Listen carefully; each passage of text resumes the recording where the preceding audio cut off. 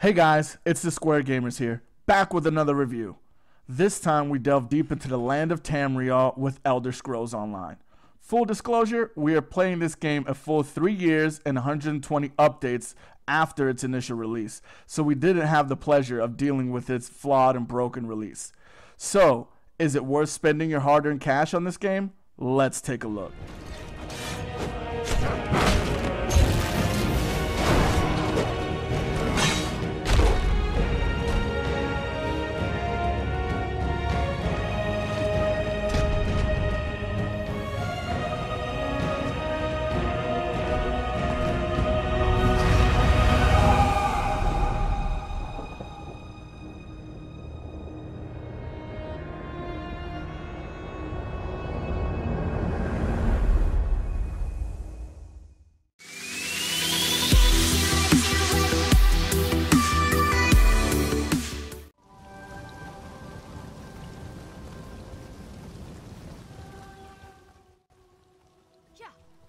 Graphics first. This is an MMO, so don't expect Uncharted 4 level graphics. If you expect that in your games, you will be disappointed. That's not to say that the game isn't absolutely gorgeous.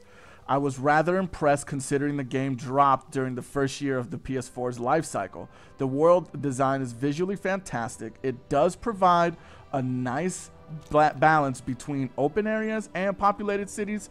Speaking of cities, I did notice one major problem with the character models stuttering when loading into heavily populated areas, such as the city of Eldenroot. At times, players appear as black shadows until they populate into the game. As for the variety of skills you can use in combat, let's just say they provide a variety of high-quality visual effects.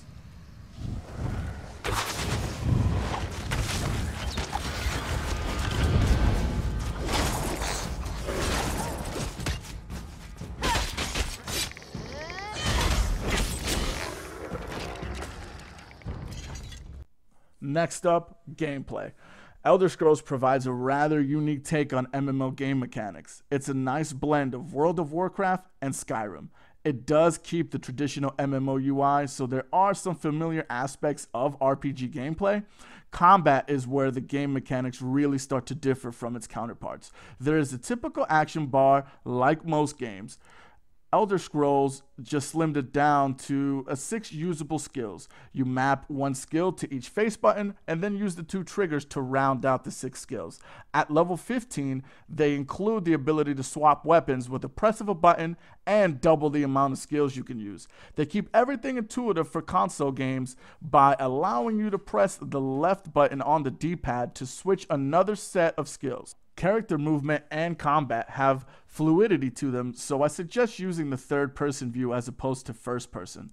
We just couldn't quite acclimate ourselves to playing under first-person. As for the variety of gameplay areas, there are a ton of dungeons to raid, with each one having multiple difficulty levels to choose from.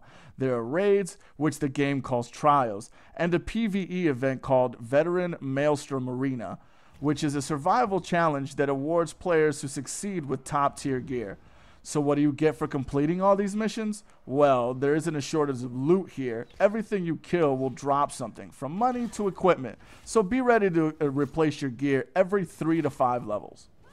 There are 4 playable character classes: a Dragon Knight that works as a tank, a Templar that is a holy warrior that can engage and heal in combat, a sorcerer that is a magic-based character and uses fire, ice, and lightning to attack other characters, and a Nightblade that fits the mold of a rogue character where you move around the shadows and assassinate your enemies. Each class does have specific skills that are locked and can't be switched out, but there are other skills that are attached to the weapon and armor you decide to choose. The game even provides skill lines that are only accessible by doing specific quests. This is music to the ears of those of us that enjoy the freedom to mold our own character. Hunted one, now you die!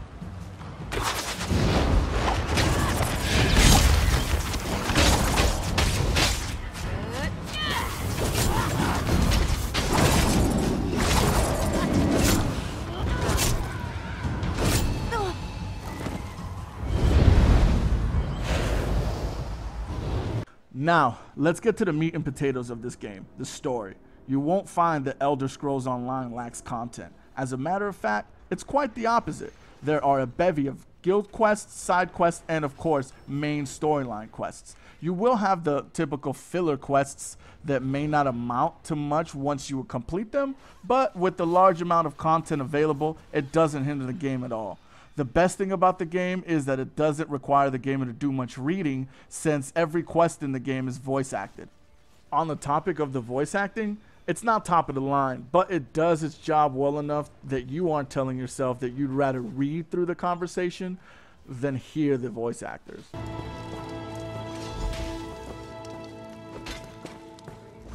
Another rejection from the Mages Guild. Dark anchors are too pedestrian? The spinner's warning was real then? I bet the hall steward he'd ingested one too many Valenwood mushrooms. Good for Tamriel, but bad for my coin purse. This wouldn't be an MMO without some sort of player versus player mode, and man, is it a treat to play. 3 years later, the game is still going strong with a community that supports its online multiplayer. So much that the game will drop in frames because of the amount of people on screen at one time.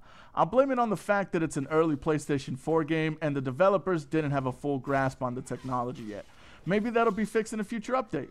The way the PvP works is that you join campaign and you get thrown on a huge map with control points. Think castles and the like. You battle over the control points and siege weapons like battering rams and catapults. Best part about it, it's not locked for a certain level. Anyone can join, which means new players can experience the fun from the beginning.